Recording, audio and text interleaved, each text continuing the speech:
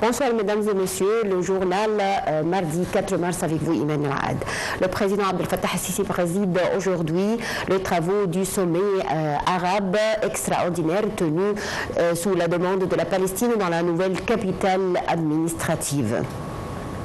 Ce sommet extraordinaire accueilli par l'Égypte vise à examiner les développements de la cause palestinienne et les moyens de soutenir le peuple palestinien frère. L'Égypte présentera au sommet une proposition du plan visant à reconstruire la bande de Gaza sans déplacer les Palestiniens. Le sommet discutera également de la prise d'une décision d'une position arabe unifiée qui rejette le déplacement et souligne le consensus arabe pour prendre les mesures juridiques et internationales nécessaires pour mettre fin aux tentatives d'expulsion des Palestiniens de leur territoire. Le sommet soutiendra également l'accord du cessez-le-feu dans la bande de Gaza, l'arrêt durable de l'agression et la prévention de toute violation. Le secrétaire général de l'ONU, Antonio Guterres, participe aujourd'hui au sommet extraordinaire de la Ligue arabe pour discuter la reconstruction de la bande de Gaza. Guterres a souligné qu'il va passer en revue la solidité de l'accord du cessez-le-feu et la libération des détenus. Guterres a également exhorté les Palestiniens et les Israéliens à remplir leur obligation et libérer tous les otages immédiatement et sans aucune condition, à garantir un traitement humain à tous les détenus et à continuer de fournir, de protéger, de financer, de permettre la livraison sans entrave des aides humanitaires à la bande de Gaza. En marge des réunions préparatoires au sommet arabe extraordinaire au Caire, le chef de la diplomatie égyptienne Badr Abdelati a rencontré ses homologues palestiniens, yéménites, jordaniens et irakiens pour discuter de la situation actuelle en Cisjordanie et dans la bande de Gaza.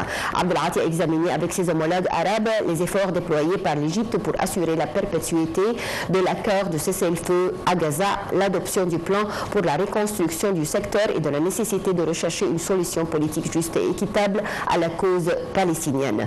Lors de la rencontre de Abdelati avec son homologue palestinien Mohamed Mustafa, les deux chefs de la diplomatie ont affirmé que la communauté internationale devra soutenir les plans et les projets de reconstruction rapide. Selon la mise en application de ces plans, le peuple palestinien sera capable de mieux pratiquer ses droits de résider sur ses terres et d'établir son État indépendant aux frontières de 1967 avec Jérusalem-Est comme capitale.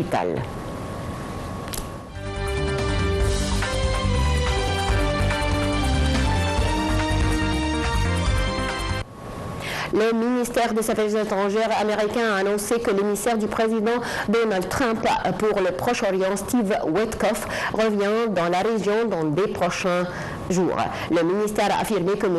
Witkoff examinera lors de sa mission le mécanisme de prolonger la première phase de l'accord du cessez-le-feu à Gaza et les projets prévus dans la deuxième phase. Selon des médias israéliens, le Premier ministre Benjamin Netanyahu œuvre à prolonger le cessez-le-feu au moins une semaine jusqu'à l'arrivée de Steve Witkoff.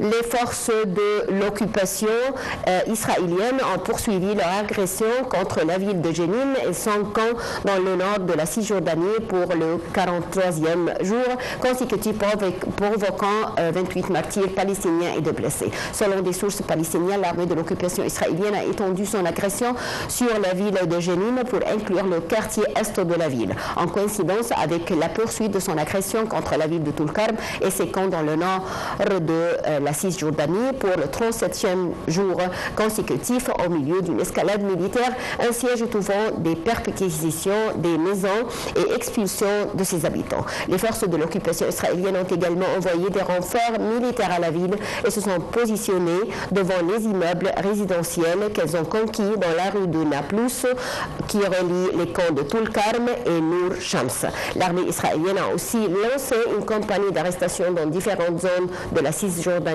occupée. Le président américain Donald Trump a mis sa menace à exécution et ordonné hier une pause dans l'aide militaire des États-Unis à l'Ukraine en guerre contre la Russie. 3 jours après l'altercation à la Maison-Blanche avec le président ukrainien Vladimir Zelensky. Il s'agit essentiellement de l'aide militaire déjà approuvée sous l'ancienne administration de Joe Biden et très largement soldée, mais dont il reste encore des équipements et armes à livrer. Dans un entretien à la chaîne de Fox News, News, le vice-président américain J.D. Vance a estimé pour sa part que le président ukrainien avait montré un refus clair de s'engager dans le processus de paix souhaité par Donald Trump. De son côté, le chef de l'État ukrainien a estimé sur X qu'il était très important que les Ukrainiens essayaient de rendre leur diplomatie vraiment substantielle pour mettre fin à cette guerre le plus vite possible. La Corée du Nord a condamné aujourd'hui les provocations politiques et militaires que constitue selon elle la visite à Busan en Corée du Sud du porte-avions à propulsion nucléaire américaine USS Carl Vinson. Kim Jong, la puissante sœur du dirigeant Kim Jong-un, a déclaré que les manœuvres vicieuses des États-Unis en vue d'une confrontation avec la Corée du Nord se sont intensifiées en mars avec l'apparition du Carl Vinson dans la péninsule coréenne. L'USS Carl Vinson, navire amiral d'un groupe d'attaque basé à San Diego, en Californie, est arrivé à Busan dimanche pour une visite prévue de longue date selon la marine américaine. La coopération militaire entre Séoul et Washington est régulièrement condamnée par Pyongyang, qui la considère comme destinée à envahir son territoire, qui riposte souvent par des essais de missiles. Mesdames et messieurs, merci. Fin de notre journal. À tout à l'heure.